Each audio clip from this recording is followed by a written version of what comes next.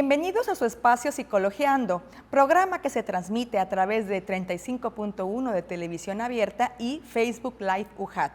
Soy la psicóloga Gladys Romero Aguirre y es un gusto, como siempre, contar con su presencia el día de hoy. Este espacio llega a ustedes gracias al esfuerzo compartido entre la Universidad Juárez Autónoma de Tabasco y el Colegio de Psicólogos del Estado de Tabasco, AC, con el fin de orientar a la población tabasqueña y a la comunidad juchimana sobre temas de salud mental a través de entrevistas con expertos en el tema de la psicología. El día de hoy el tema es psicoanálisis, la rama precursora de la psicoterapia. Para hablar del tema, contamos con la grata presencia y experiencia en este tema de dos importantes miembros del Colegio de Psicólogos del Estado de Tabasco y profesoras investigadoras de esta casa de estudio.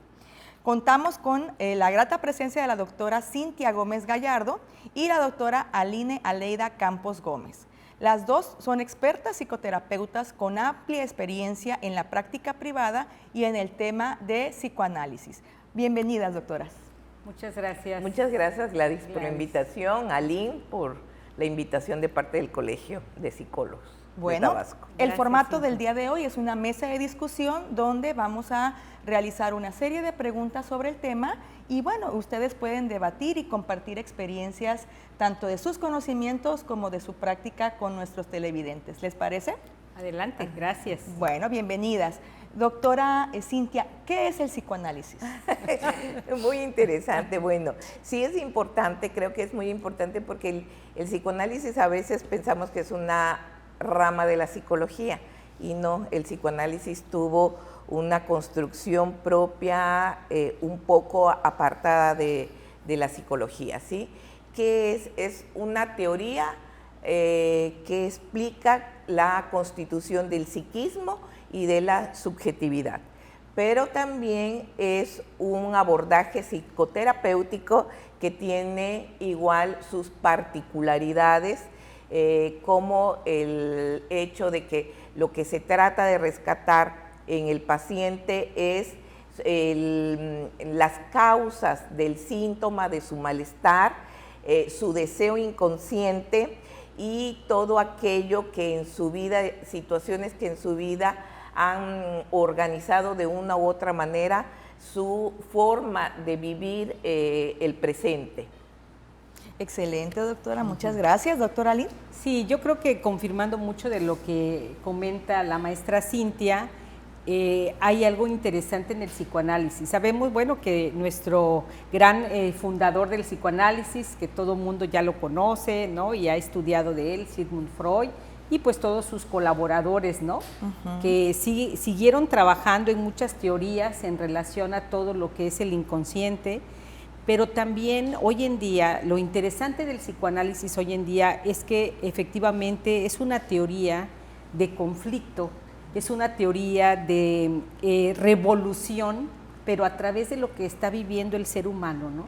Hay muchas cosas que a veces no las podemos explicar, ni nosotros podemos realmente saber qué sucede, pero el inconsciente efectivamente es como la parte central del trabajo que hacemos en la clínica psicoanalítica. Es entender, sí, es comprender, a veces tal vez no entenderlo de tal forma porque no tiene ni color, ni sabor, ¿no? Ni olor, ¿no? Porque a veces quisieras como describirlo. Claro. Y ahí, vamos a estar hablando ahorita de muchas teorías actuales donde se está haciendo un trabajo muy interesante con los diferentes tipos de inconsciente. Claro, estamos empezando a hablar desde los orígenes del psicoanálisis y como bien comenta, vamos a ir un poquito ahondando y viendo también los avances teóricos que ha tenido recientemente. Y doctoras, ¿cuál sería la principal característica que identifica el psicoanálisis y hace una gran diferencia con otras teorías similares? Pues yo, siguiendo lo que la doctora Aline dice, el trabajo en psicoterapéutico y aún el trabajo teórico y lo que el psicoanálisis ha aportado a otras ciencias, al arte, a la música, al cine, a la literatura, a la fotografía, en fin, es lo inconsciente.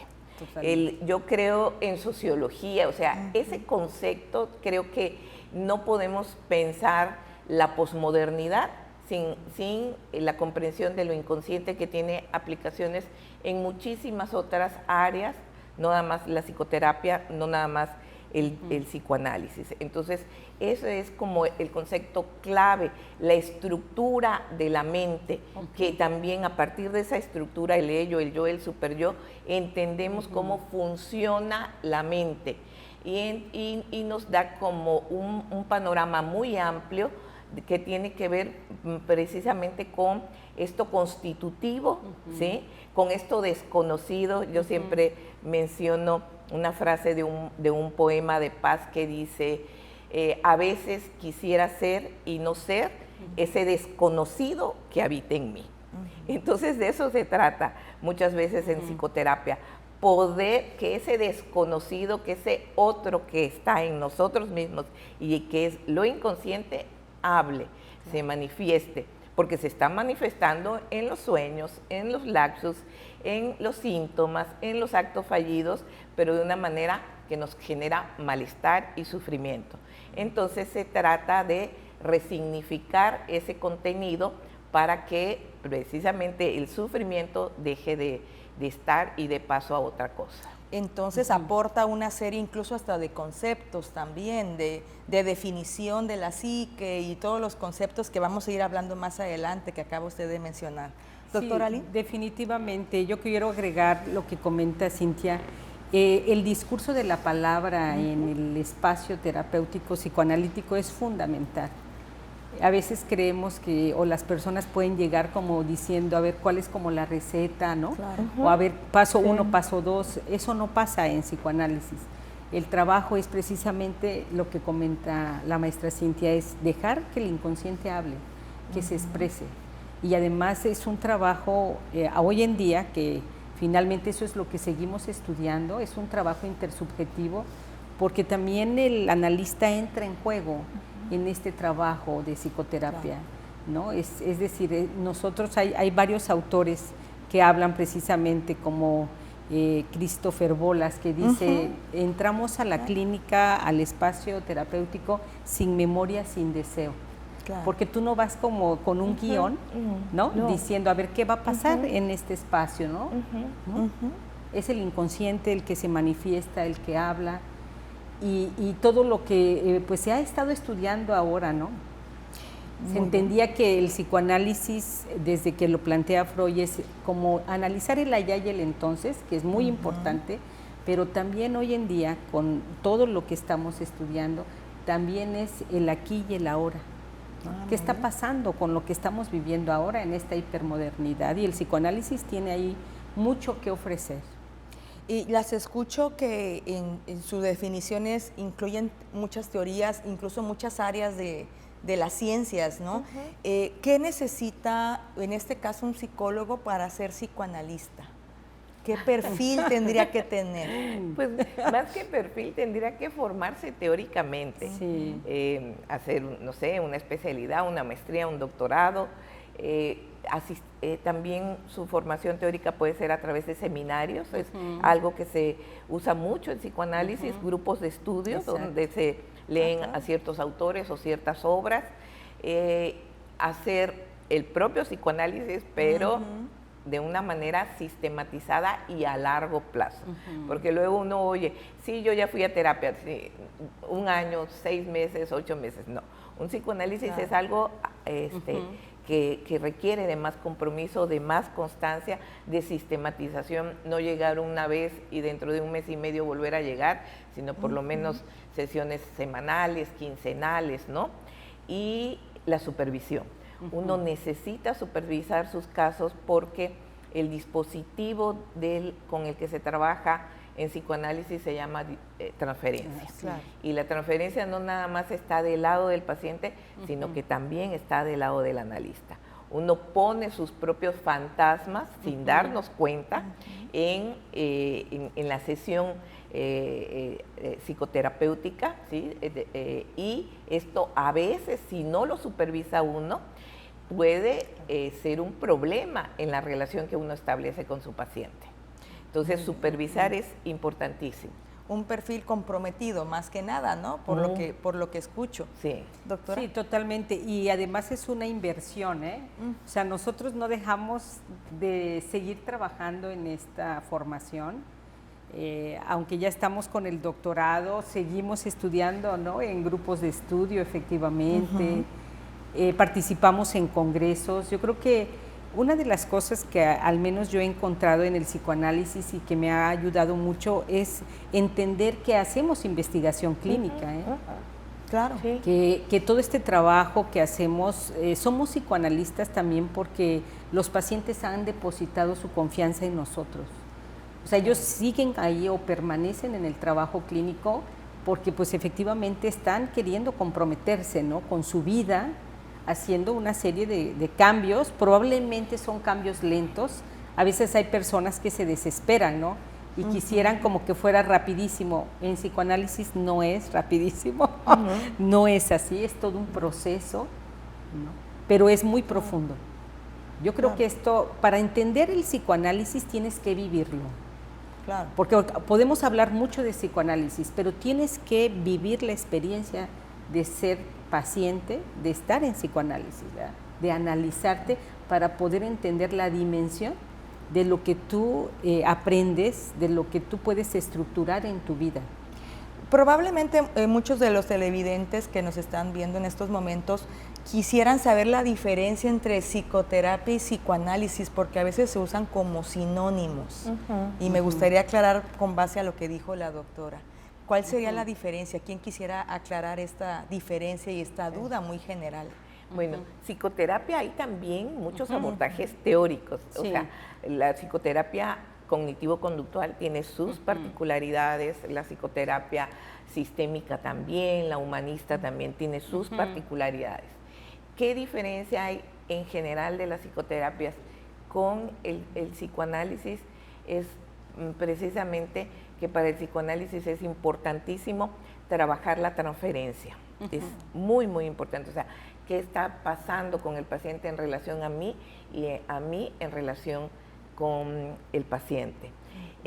La doctora hablaba del presente, sí, pero el presente en esta noción, sí, en psicoanálisis el presente tiene esta noción de Heidegger, que el presente tiene que ver con el pasado y tiene que ver con el futuro. No es nada más el presente de hoy, como algunas teorías, que es ahorita, el momento, qué está pasando en tu vida, sí, pero lo que está pasando actualmente en tu vida tiene que ver con tu pasado. Totalmente. Y lo que está pasando actualmente en tu vida está de una u otra manera determinando hasta cierta forma tu futuro. Entonces, esto tiene que ver con los registros, con los registros de la fantasía, de lo imaginario, tiene que ver con el registro de lo simbólico, que es la palabra, ¿sí?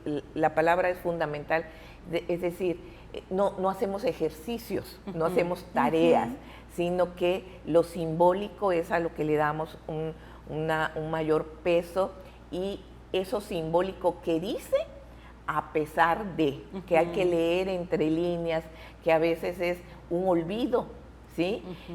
Una entonación, un silencio. Ahí hay que leer a qué está haciendo referencia. Y por supuesto, las equivocaciones, ¿no? Que son extraordinarias, los lapsus, que mucho de lo que está reprimido emergen nada más, pero a través de estas formaciones de lo inconsciente, como los lapsus, como los sueños, como los síntomas. Claro, qué bueno que hace la aclaración, porque probablemente muchas personas buscan un psicoterapeuta y no están buscando un psicoanalista, o al revés, ¿no? Y es importante para no crear falsas expectativas. ¿Quiere agregar algo, doctora Linda? Bueno, y que además yo creo que una de las diferencias es con otros enfoques es también el tiempo, ¿no? Claro. Que tenemos pacientes de mucho tiempo, de muchos años de trabajo. O nosotros mismos llevamos nuestro trabajo de psicoanálisis de muchos años. Entonces también eso es importante, que se piense, ¿no? En todo lo que esto implica. Y bueno, y por ejemplo, ¿qué tipo de temas comúnmente llegan a psicoanálisis? Los temas más abordados. Bueno, los más comúnmente abordados. Comúnmente. ¿No? Yo, lo que más he recibido en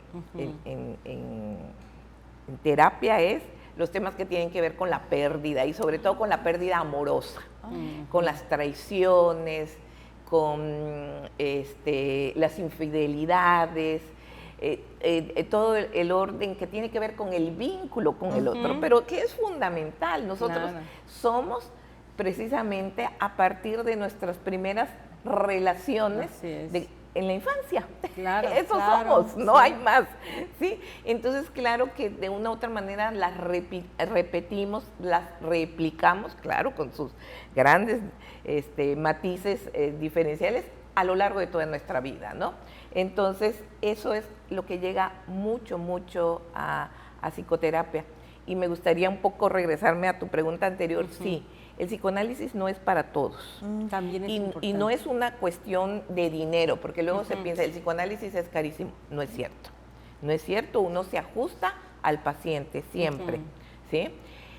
Pero hay veces que las personas no quieren comprometerse tanto tiempo, quieren algo rápido. Y sobre todo, aquí lo que ha dicho la doctora Lee, hay que ver mucho el mundo en el que vivimos. El mundo en el que vivimos es un mundo de la inmediatez, de la solución rápida, ¿sí? Claro. Aunque nada más sea en apariencia, ¿no? Y entonces muchas personas eso andan buscando. Bueno, vamos a seguir continuando. Excelente, queremos no cortar, pero vamos a tener que hacer una breve pausa. Muchas gracias. Y usted, televidente, le recordamos las redes del colegio. Nos pueden encontrar en Facebook, en YouTube e Instagram. Y no se despegue porque regresamos después de una breve pausa.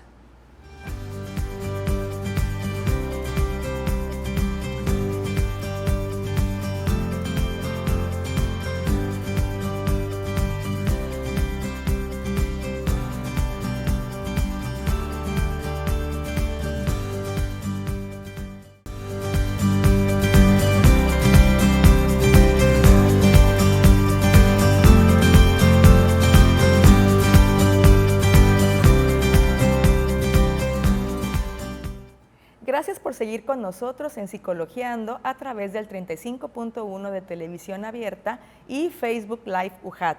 El tema de hoy es psicoanálisis. Antes de continuar, tenemos un aviso muy importante para todos los psicólogos y profesionales de la salud.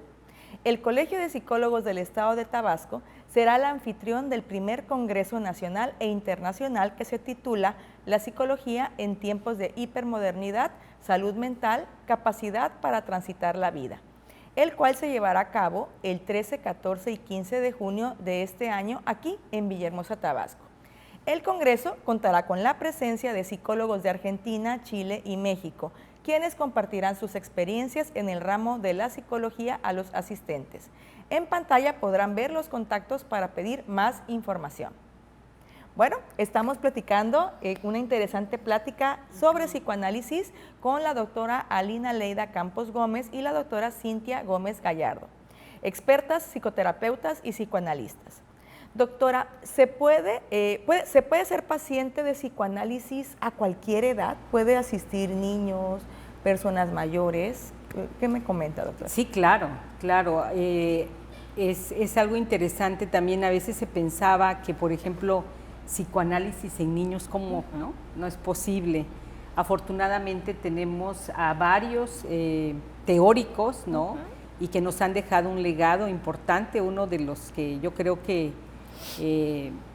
Cintia también estará de acuerdo conmigo y que nos ha inspirado mucho, sobre todo en nuestra formación en el doctorado, pues es Winnicott, ¿no?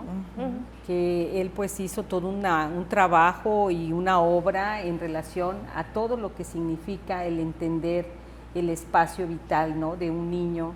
Y bueno, definitivamente se trabaja con chiquitos, con adolescentes también, podemos trabajar con adolescentes, podemos trabajar con parejas, también podemos trabajar con familias, porque antes se pensaba que cómo es posible que en psicoanálisis no se pueda. Claro que sí se puede, y bueno, de manera individual también, ¿no? Obviamente aquí lo interesante es ver bajo qué enfoque psicoanalítico, porque psicoanálisis es muy amplio, ¿no? Hay muchas escuelas que hablan, ¿no? Y que intervienen en el trabajo clínico. Entonces, nosotros, bueno, la experiencia que tenemos al menos a mí me gusta y trabajo muy a gusto con adolescentes, con parejas, con familias, con adultos mayores incluso, ¿no? Entonces yo creo que sí se puede trabajar definitivamente. ¿Qué opina, doctora Cintia? Sí, precisamente, bueno, toda la psicología infantil, ¿Sí? pues son psicoanalistas. El que quieras mencionar, todos, ¿no? Se formaron, o sea, son médicos, ¿no? Pediatras, básicamente. Winnicott era pediatra, Dolto era pediatra, Klein también, ¿no? Pero luego voltearon a ver al psicoanálisis, a leer, a formarse mucho en psicoanálisis, y a partir de ahí desarrollaron, bueno, un enfoque teórico interesantísimo, que hoy no podemos pensar la infancia sin ellos, ¿sí? Claro. O sea, todo lo que ha venido después es a partir como que crearon como una construcción teórica importantísima y conceptual sobre la infancia. Entonces, sí, y volvemos a lo mismo, o sea, si bien la infancia no es destino, eso es un hecho, sí, pero sin embargo sí es como una especie de organización, ¿sí?, del psiquismo. El psiquismo, o sea, por supuesto, hoy las neurociencias lo dicen, ¿no? El cerebro es totalmente moldeable, ¿no? Adaptable, tiene plasticidad, ¿no? Es algo que se pensaba que no, son como los nuevos hallazgos. Pero, por ejemplo, volviendo a estos conocimientos, ¿no?, que se empalman, ¿no? Las neurociencias dicen, el cerebro no olvida. Bueno, eso Freud lo dijo con las huellas némicas, ¿sí? Nada más que lo dijo en 1908, ¿sí? Las huellas némicas es precisamente eso, que va quedando, esos restos de experiencias, vivencias, emociones que no desaparecen nunca, ¿sí? Otra característica donde las neurociencias y relacionamos con el psicoanálisis todo lo que es el orden de las emociones, de sufrimiento, de dolor, de pérdida, de angustia, son siempre más fuertes que las de disfrute, ¿no? Porque, bueno, así es el cerebro y así es estas marcas que van quedando en el psiquismo. Freud habló de psiquismo, pero Freud era neurólogo, ¿sí? Su formación era, y su especialidad era en neurología, ¿no? Y lo mismo, o sea, ¿qué es lo que nos dicen las neurociencias? Es quitar, o sea, como todo el cerebro no olvida, hay que poner algo sobre lo que hay para curar, ¿no? O sea, construir algo, que es la resignificación en psicoanálisis, ¿sí? Y por eso la palabra, ¿no? Pero uno no resignifica a la primera. Eso es lo que hace que el psicoanálisis sí requiera cierto tiempo. No basta con que uno diga, sí es cierto, mi mamá no estuvo el tiempo que debió de estar presente y eso en mí causó mucho dolor y mucho sufrimiento su ausencia. No basta con que uno lo diga en una ocasión. Uno lo tiene que decir una y otra vez. Y cada vez que uno lo menciona, uno va como quitando y poniendo palabras y entonces ya se va esa cadena va tomando una nueva resignificación que va haciendo precisamente que el sujeto pueda hacer a un lado eso que quizás ha sido tan doloroso y que sigue siendo tan doloroso en su vida y tomar otro lugar frente a eso que es, y no hay manera de modificar, así fue, ¿sí? Y aquí un poco lo que mencionaba Aline, voy a hablar de Aline, o sea, esas formalidades de doctora, no somos amigas y compañeras, ¿no? De trabajo. Aline, de lo contemporáneo, ¿no? O sea, cómo pensar lo contemporáneo cuando las mujeres, uno de sus logros y que es imposible negarles es el poder insertarse en su formación profesional y luego, por supuesto, en el trabajo, en el campo laboral. Eso resta a la relación familiar, a la relación con los hijos, sí. Pero, pues, entonces, eso es parte de la posmodernidad. Entonces, ¿qué hacemos? ¿Qué hacemos? O sea, no es negar y decir todo funciona bien. Sí hay problemas y esos problemas van a traer efectos, pero hay una manera de poder que esos efectos el sujeto se relacione sin que implique que el tanto dolor lo lleve a, en algunos casos, a hacer que la vida sea insoportable. ¿Sí? Claro, claro. Hay una cuestión que generalmente en el sentido común, cuando se habla de psicoanálisis, se piensa mucho en sexo, en la cine, en la literatura, y no lo han mencionado en ningún la momento. pansexualidad, ¿no? Sí, Ajá, sí. No lo han mencionado aquí, entonces Sí. pues es una pregunta obligada. ¿Cuál es la relación, doctora Aline? Empezamos con usted, que tiene el psicoanálisis teóricamente y prácticamente en el tema sexual. Yo creo que se ha malentendido este concepto. Totalmente. Sí, o sea, porque incluso Totalmente. lo tachaban de perverso, polimorfo, sexual, ¿no? Sí, sí. Y no, la sexualidad es sumamente importante, yo creo que en la vida. O sea, la sexualidad es algo necesaria. En psicoanálisis es entender qué sucede, ¿no? Justamente con esta experiencia de mi ser sexual, ¿no? Porque es vida finalmente, ¿no? Claro. Y bueno, Freud plantea estas etapas del desarrollo psicosexual que, digo, son interesantes porque se han ahora estudiado muchas cosas en relación a eso, pero tenemos que entender qué sucede con las experiencias de trauma, ¿no? Toda esta parte del abuso sexual, muchas veces como que se piensa que esta situación o que las personas nacen así, ¿sí me explico? Hablando un poquito, pues de toda esta experiencia, afortunadamente, de nuevas maneras de aceptar a las personas, de respetar incluso su propia sexualidad, ¿no? Su propio deseo de ser, ¿no? Porque finalmente es un deseo de ser. Entonces yo creo que se ha malinterpretado. Ahorita que Cintia hablaba, ¿no?, de toda esta parte de la infancia que tiene que ver con este tema, pensaba en René Spitz, de cómo él plantea esta organización de la SIG, estos tres organizadores de la SIG, cómo la parte de las relaciones objetales tienen también un elemento fundamental en el trabajo y el desarrollo del ser humano. Entonces yo creo que la sexualidad es algo con lo que tenemos que vivir definitivamente, es parte de nosotros y es entender la experiencia, ¿no? Es entender qué sucede con mi sexualidad, ¿no? Sin tener miedo o darle un nombre que no es. ¿Me explico? Porque muchas veces se piensa que es perversión, ¿no?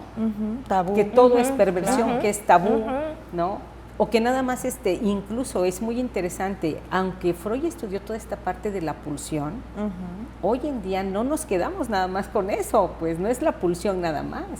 O sea, es algo más allá de eso, que es lo que nosotros ahora tenemos que darle un significado, ¿no? Como dice Cintia, es darle sentido y nombre a eso que nosotros vamos viviendo en nuestras experiencias de vida. Claro. ¿Qué opina, doctor? Ay, sí, fíjate que sí, a Freud se le tachó, de lo peor. Bueno, de fue en 1900, sí, o sea, se quemaron los libros y todo. ¿Sí? Fue lo peor. El asunto es que Freud habló de la sexualidad, pero de algo que es absolutamente incómodo. El primer objeto de amor Así es. y que erotiza nuestro cuerpo es la madre o su sustituta. Para hombres y mujeres, ¿eh? Claro. Esto no es, es eso que Edipo es para las niñas y Electra es para los, Edipo es para los niños y Electra es para las niñas, no es cierto. No. Primer objeto de amor es la mamá, la tía, la cuidadora, la nana, generalmente la madre. Pero la madre, además, lo que Freud se da cuenta es que en esos cuidados maternos, cuando amamanta, cuando limpia al bebé, cuando le cambia el pañal, cuando lo baña, cuando lo arrulla, cuando lo calma y todo, erotiza su cuerpo. Es decir, todo nuestro cuerpo, la sexualidad humana no son los genitales, es todo nuestro cuerpo y quien hace eso es la madre.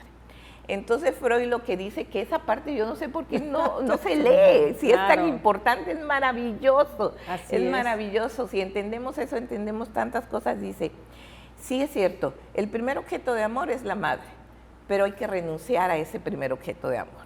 para poder salir a la vida, para poder ser sujetos de deseo, para que el niño ya no quiera estar nada más con la mamá y mirando a la mamá y que la mamá lo mire, sino que se interese por sus juguetes, por sus carritos, por jugar con otros niños, por espiar en la ventana, por salir al jardín, todo, ¿sí? Necesita separarse de la madre, ¿sí?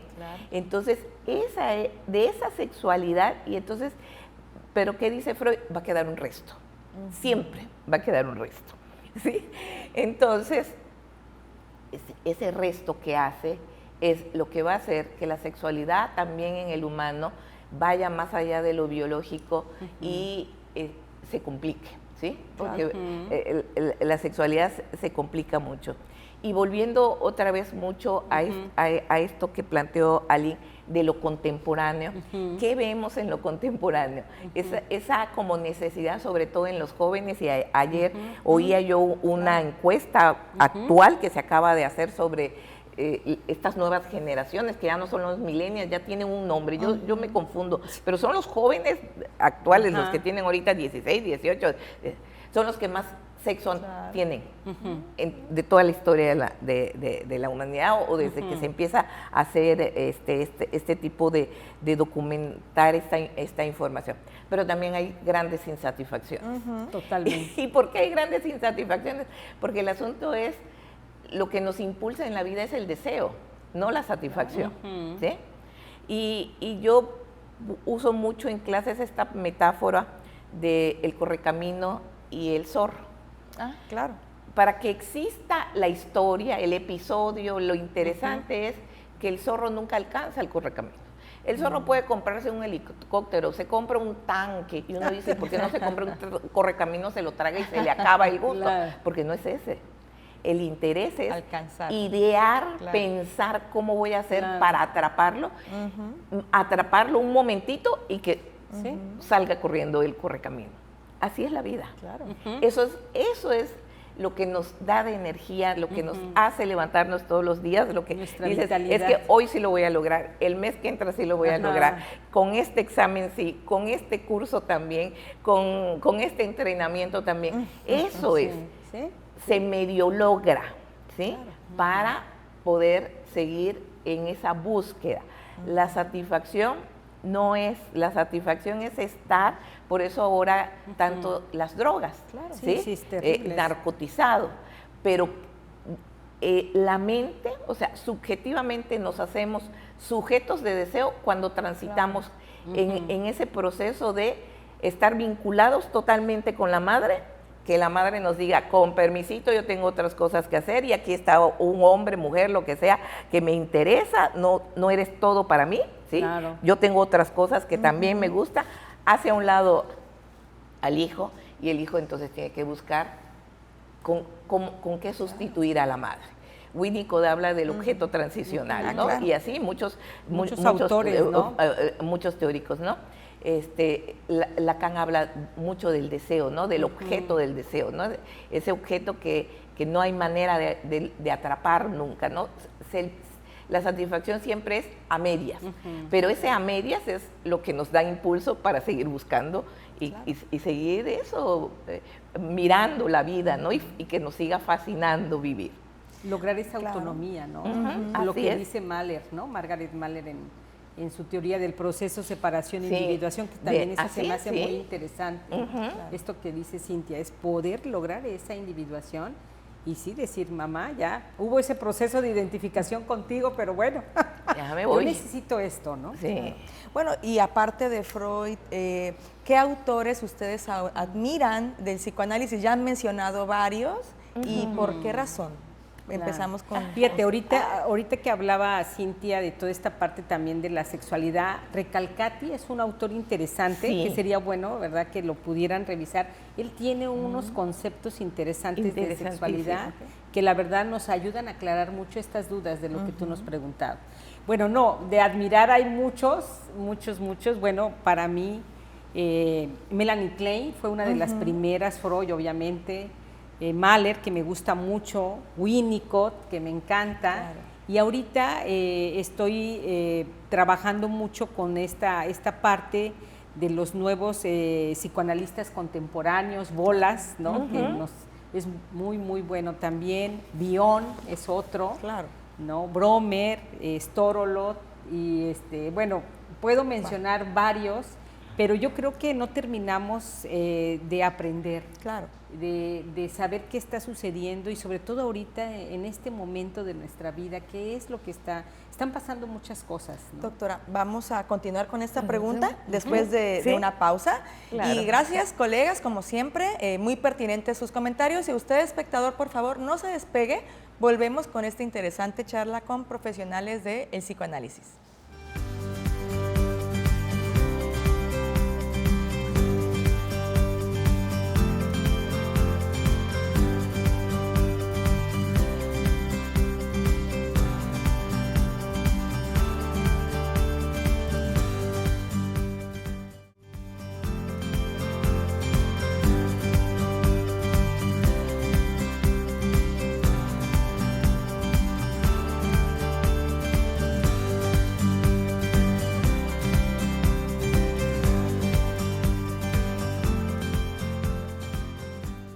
Gracias por sintonizar Psicologiando. El tema de hoy es psicoanálisis. Hoy seguimos con la impresionante presencia de la doctora Cintia Gómez Gallardo y la doctora Alina Leida Campos Gómez. Tenemos algunas últimas preguntas. Vamos a continuar con la pregunta del bloque anterior. Doctora Cintia, ¿es su autor favorito y por qué razón? Yo sé que es una pregunta complicada, pero... No, bueno, igual, a mí me fascina Winnicott. Ay, me puede encantar, lo leo y digo, qué bárbaro, yo quiero tener un consultorio así, ser como él, todos. Me encanta su compromiso. Él tuvo más de 20 años un programa de radio donde aconsejaba cómo, sobre todo a las madres, cómo tratar a los niños. Digo, ay, es maravilloso, ¿no? La Lacan. Sí, Lacan no puede faltar. Yo estoy muy formada mi maestría fue mucho en el psicoanálisis francés, Jean Alouche, por supuesto, Pierre Martí, todo, acabo de terminar, Aline también, un curso con unas argentinas en psicosomática. Entonces, bueno, Pierre Martí es el autor por excelencia de psicosomática, entonces, y también es cada vez más está reconocimiento aún de la medicina de que, claro, ellos hablan de cerebro, ¿no? Pero el cerebro y el cuerpo como en esta integración y no como dos entidades, entonces todo lo psicosomático creo que es importantísimo y también, bueno, los franceses son como la vanguardia, ¿no? Y tengo como muchos autores, o sea, Frida Sal, que es ya muerta, fue mi maestra, bueno, es una mujer extraordinaria, Néstor Brownstein, que fue donde yo me formé y que nos acercaron al psicoanálisis de una manera en la complejidad que tiene, porque también eso es cierto, el psicoanálisis no es fácil, no es fácil aún a veces de leer, ciertos autores son complicados, ¿no? Cuesta trabajo discernir, ¿no? Pero nos fueron acercando de una manera muy, guiándonos de una manera muy interesante, ¿no? Bueno, ya llevamos una lista de compra de libros interesante. Sí. Ajá. Y bueno, y hay también otro término como muy del sentido común, que es neurosis. Y me gustaría que bajo el enfoque psicoanalítico nos ayudaran a definirla o cómo la conciben ustedes en su práctica. Doctora Lee. Bueno, pues todos somos seres neuróticos, de entrada, empezando. ¿no? Todos tenemos esa parte, ¿verdad?, de nosotros. Y yo podría definir a la neurosis como esa distorsión de los afectos, ¿no? Toda esta parte que muchas veces nos conflictuamos y como bien decía Cintia, lo manifestamos a través de los síntomas.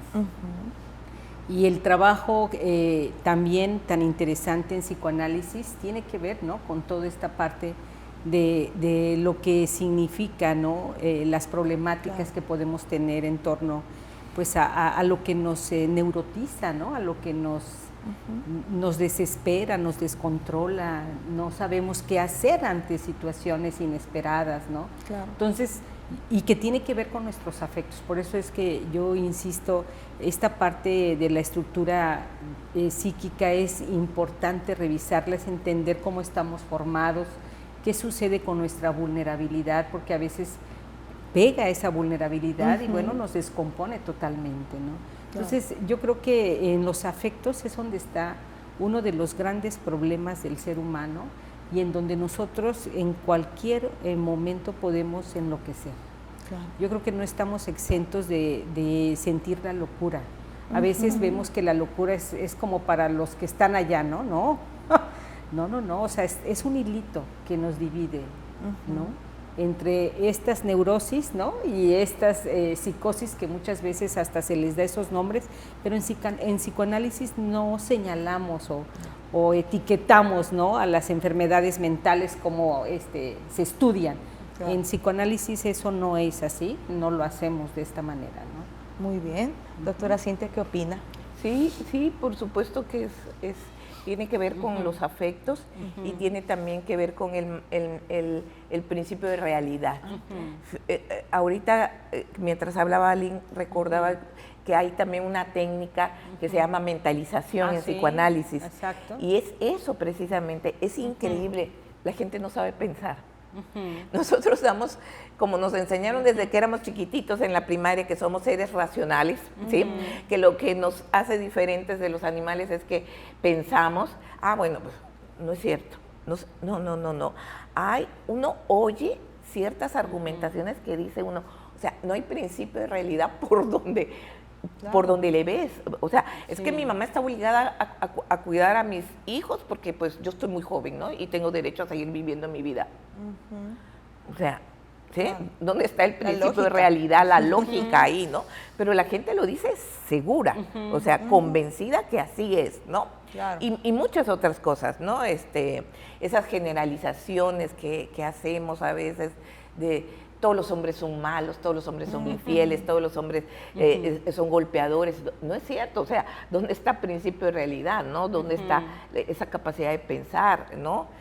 Muchos sí, pero no todos, ¿no? Las mujeres somos muy buenas, pues no tanto, y no todas, y de qué bondad hablas, ¿no? Entonces, también, y Freud que dice, o sea, todos somos neuróticos, ¿por qué? Volviendo un poco al bloque anterior, porque tuvimos que renunciar para entrar a la vida y ser sujetos de deseos y andar buscando y andar creando y andar pensando y crear cultura como en términos de humanidad y todo, sí, tuvimos que renunciar precisamente a la completud, ¿sí? Y al todo, ¿sí? Al placer absoluto, a vivir en el placer. Y esa renuncia, claro que tiene un precio, ¿no? O sea, en el malestar, en la cultura, lo dice Freud, ¿no? O sea, ser sujeto de cultura, claro que tiene un precio. O sea, si yo quiero un matrimonio, pues tengo que cumplir con ciertas, lo mínimo, ser fiel, ¿no? Lo mínimo, ¿sí? Lo mínimo, pero la gente no quiere. O sea, la gente quiere el matrimonio, quiere los niños, quiere la casa, el trabajo y además quiere los amoríos. Pues no. ¿Sí? O sea, no es posible, ¿no? Entonces, que renunciar me cuesta, claro que cuesta, por supuesto. O sea, si yo quiero estar saludable, el otro día oía yo algo maravilloso de Hipócrates que decía que lo primero que él le preguntaba a un enfermo es, ¿estás dispuesto a renunciar a eso que te enferma? Qué maravillosa frase, ¿no? Claro. ¿Estás dispuesto a renunciar a eso que te enferma? Entonces, queremos comer de todo, no hacer ejercicio, atragantarnos de todo lo que se nos antoja, y queremos estar saludables. Pues no es posible, ¿no? O sea, ¿sí? Claro. O sea, algo uno tiene que hacer, ¿no? En esa renuncia, ahí es donde nos vamos como colocando, es a lo que Freud le llama neurosis, ¿no? Así es. A ese malestar que produce tener que renunciar. Pero la vida es eso, a esos afectos, a ese placer, a ese disfrute, a ese poder alcanzar todo, la plenitud. No es posible, y renunciar es lo que nos hace entrar en la cultura, estar en ese orden de la cultura, de que yo no puedo hacer lo que se me pega mi regalada gana, ¿sí? Tengo que respetar al otro, considerar al otro, a la sociedad, las normas, el orden, todo. Es lo que nos genera neurosis, pero es lo único que nos ha permitido que existamos. Si no, ya, o sea, no hubiéramos pasado de las cavernas, ¿eh? Claro. ¿Sí? Y, por ejemplo, en el espacio terapéutico, ya en la práctica, ¿cómo es la relación entre el psicoanalista y el paciente? ¿Qué podría esperar a alguien que va a iniciar psicoanálisis? Primero es, o sea, va a llegar siempre con una queja, ¿sí? O sea, mi jefe es un demonio, soy a la que peor le pagan y la que más trabaja y cosas así, ¿no? Claro. Por poner un ejemplo, ¿no? Pero también mis hijos me han desilusionado totalmente, ninguno es como yo me lo imaginé y como yo quería, cosas así. Llega la queja, ¿no? Y uno tiene que hacer que esa queja se vuelva un cuestionamiento. ¿Qué he hecho yo? ¿Sí? ¿O qué encuentro de satisfacción en eso que aparentemente me hace sufrir y de lo que me quejo? ¿Qué encuentro como ganancia que no estoy dispuesta a perder? ¿Sí? Porque el síntoma siempre es una ganancia sustitutiva, pero una ganancia. Claro. Pero el síntoma siempre es un problema, siempre es un dolor, siempre es un malestar en el cuerpo, en la vida. Pero algo se está satisfaciendo. Entonces, pasar al cuestionamiento, qué es que la persona pueda ver, ¿sí? Pueda darse cuenta, mirar hacia allá, que no ha podido, eso es una de las cosas que después de las entrevistas preliminares se tiene que ir trabajando, pero que cuesta mucho trabajo, porque también a veces, si uno se adelanta, ¿sí? Sí, claro. Y a mí me ha pasado, ¿sí? Cuando un poco en la angustia de que, pero oye, date cuenta, ¿no? Y ya viste esto, la gente se va y ya no regresa. ¿Se espanta? Se espanta, porque no quiere, o sea, no quiere soltarse. No está listo. No está listo, sí. Muy bien. Sí. Excelente, doctora. Sí, y agregando lo que decía Cintia, yo creo que aquí algo muy interesante del trabajo clínico en el psicoanálisis con nuestros pacientes es también lo que nosotros inconscientemente depositamos en ellos. La transferencia que decía. Totalmente, claro. O sea, la transferencia es muy importante y también esta otra parte en nosotros, ¿no? Que es lo contratransferencial, claro. ¿No? ¿Qué está sucediendo también con el analista? Porque yo creo que es un trabajo mutuo, de mutualidad, de encuentro. Somos figuras simbólicas para el paciente, ¿no? Ante alguna situación, y esto que comentaba Cintia, yo me acordaba de una paciente que precisamente ella estaba en una situación de infidelidad, y entonces cuando yo le hago la pregunta, ¿qué fue lo que tú hiciste para que esto sucediera? Pues quedó así como sacada de onda, ¿no? O sea, pero es que es él, no soy yo. Claro. O sea, es él el que me engañó, es él el que me hizo todo esto. Bueno, pero el podernos preguntar, ¿qué pasa contigo? O sea, ¿qué hiciste o qué dejaste de hacer, no? Como el poderte dar el permiso de preguntarte, de reflexionar, de cuestionar, sin llegar a que efectivamente señales, pues, porque no se trata de señalar, claro, sino que más bien de que vayamos descubriendo respuestas, ¿no? Ante lo que estás viviendo. Entonces, claro, es un trabajo de mucho crecimiento, Y a veces no se entiende esta parte, ¿no? Claro, de crecimiento, sino que lo vas tú identificando en la medida que vas haciendo este trabajo con el tiempo. Y bueno, y en este proceso de tiempo y de cuestionamientos, ¿existe la cura en el psicoanálisis? Sí, claro, claro. Y además que yo creo que yo lo que he observado es que las personas aprenden a vivir también y darle sentido a su vida con lo que traen, con lo que llevan. Porque puede ser que al inicio es como la desesperación, ¿no? Como cuando vas al médico, ya deme las medicinas, ¿no? O deme la receta o la varita mágica. Ya no quiero sentir. Porque ya no quiero sentir este dolor. Y no, yo creo que en el proceso del trabajo clínico ellos le van dando un significado a su propia historia y van de veras haciendo cosas interesantes. Algo que yo de veras me ha hecho sentir muy bien, un paciente esquizofrénico que llegó a titularse de su licenciatura y que le costó años, o sea, llevo trabajando con él años, pero el hecho de haber logrado titularse, claro. ¿no? Porque a veces dices, bueno, ¿cómo es que las personas con esquizofrenia o con alguna situación pueden salir adelante? Claro que pueden salir adelante. Excelente. Están con su enfermedad, pero claro que pueden hacer muchas cosas. Muy bien. Doctora Cintia, ¿existe la cura? Sí, sí existe la cura y la verdad es que hay situaciones muy difíciles, donde uno, porque además a veces el paciente va mejorando y luego empeora, pero empeora muchísimo. Recaídas y uno se angustia. ¿Sí? Claro, a mí me pasó en particular con una paciente que yo decía, Dios mío, se va a morir. O sea, hasta eso pensé, ¿no? Claro. Y a supervisar, y a supervisar, y a supervisar. Y ahora que la veo tan agarrada de la vida, agarrada de sus estudios, de ya poder asumir eso que le era tan difícil y de hablar, ¿sí? Que pasó más de 1 año y medio para poder hablar, cuando era realmente el problema.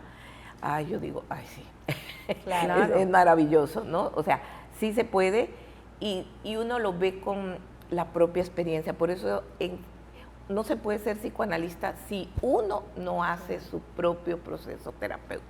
No hay manera, no hay forma. ¿Sí?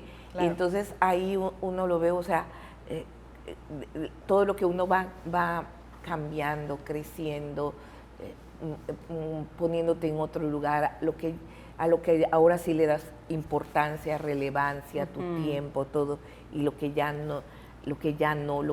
puedes disfrutar, todo eso, ¿no? Bueno, yo creo que quedamos con muchas más preguntas. Nos encantaría contar con ustedes en otra emisión para seguir hablando de este tema tan interesante que seguramente le gustará mucho a nuestros televidentes. Y bueno, gracias, un placer tenerlas con nosotros. Y bueno, muy valiosas las aportaciones. Gracias por el espacio proporcionado por TV UJAT y a todos lo que lo han hecho posible. Les comento que mes con mes nos veremos en este espacio Psicologiando y lo invitamos a sintonizarnos. Su servidora Gladys Romero Aguirre se despide con una frase de Sigmund Freud: uno es dueño de lo que calla y esclavo de lo que habla. Hasta la próxima.